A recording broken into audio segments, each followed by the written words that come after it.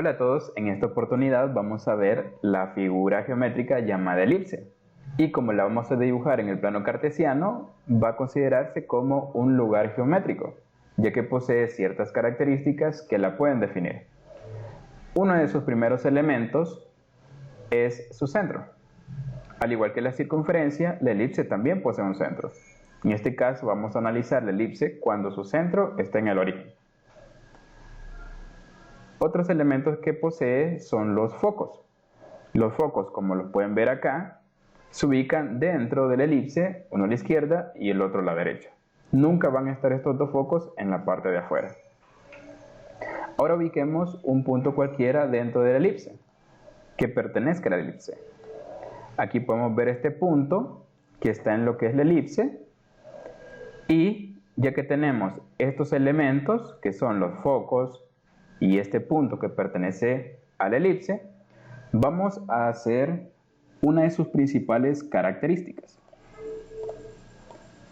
Para ello vamos a trazar dos distancias. Una distancia que va a ser del foco 1 al punto,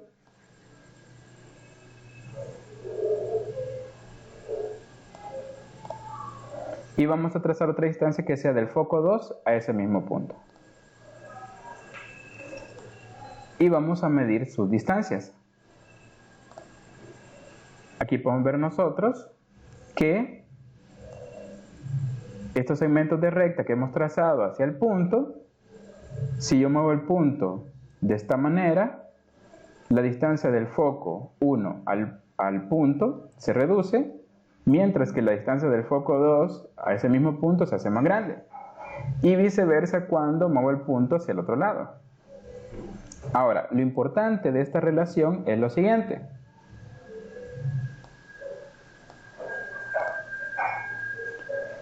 Que cuando se suman la distancia del foco 1 al punto y la distancia del foco 2 a ese mismo punto, nos va a dar una distancia fija. En este caso miremos que siempre estas dos distancias cuando se suman, siempre van a dar 12.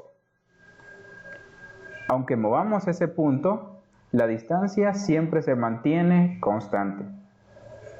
Esa es la principal característica de la elipse, que la podemos leer de la siguiente manera. La elipse es el lugar geométrico de los puntos del plano cuya suma de distancias a dos puntos fijos llamados focos es constante. Esta definición nos dice que la distancia del foco 1 al punto más la distancia del punto al foco 2 siempre va a ser constante. En este caso vale 12. Veamos dos elementos más de la elipse, que son vértices y ejes. Vemos acá que la elipse está ubicada en el plano cartesiano y su centro está en el origen. La elipse intersecta lo que son los ejes coordenados. A la intersección de la elipse con el eje de la Y le llamaremos B1 y B2. Y a la intersección de la elipse con el eje de las X la llamaremos A1 y A2. Ahora, la distancia que hay del centro hacia los vértices verticales le llamaremos B. De aquí hasta este punto hay una distancia que llamaremos B. Y del centro para este vértice hay una distancia también de B. Ahora vamos con el eje horizontal. A la distancia que hay del centro hacia el vértice horizontal llamaremos A. También cumple para la distancia que hay del centro hacia el eje horizontal hacia la izquierda. A la distancia total que hay entre los vértices horizontales la llamaremos 2A y se nombrará como eje mayor. Distancia de vértice a vértice horizontal va a ser de 2A. Ahora, la distancia que hay desde el vértice inferior vertical hacia el vértice superior siempre vertical le llamaremos eje menor y tendrá un valor de 2B. Veamos un tercer elemento que es el valor de C. El valor de C va a ser la distancia que está del centro hacia el foco. También cumple del centro hacia el foco que está en la parte de la izquierda. A la distancia total que hay de foco a foco le llamaremos distancia focal y tendrá un valor de 2C. Aquí vemos el resumen. Eje mayor tiene una distancia de 2A, eje menor una distancia de 2B y distancia focal una distancia de 2C. Veamos ahora cómo se relacionan las letras A, B y C y si podemos determinar alguna ecuación donde se encuentren ellas y de esa manera poder despejar cuando no conozcamos el valor de alguna.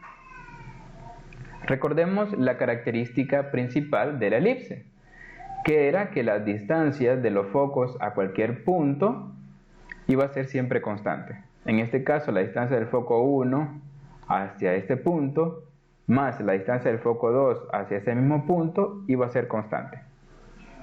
Si ese punto coincide con el vértice, vemos que esta línea moradita representa una distancia de 6. Ahora, ¿de qué nos sirve que represente una distancia de 6? Pensemos bien en este caso. Si tenemos aquí la distancia que está del centro hacia el vértice A sub 2, recordémonos que ese era un valor llamado A. Miremos cuánto es ese valor. 2, 4, 6. O sea que del centro hacia ese vértice hay una distancia de 6. Entonces vamos a decir que A vale 6.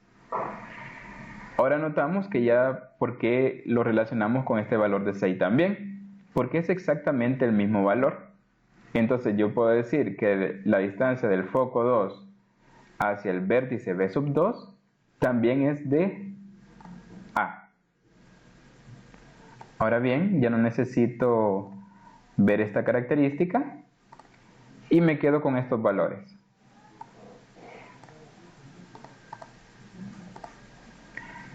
Que el valor de la distancia de F2 del foco 2 hacia el vértice también es de A. Ahora voy a eliminar lo que es este segmento de recta y añadamos el valor de C.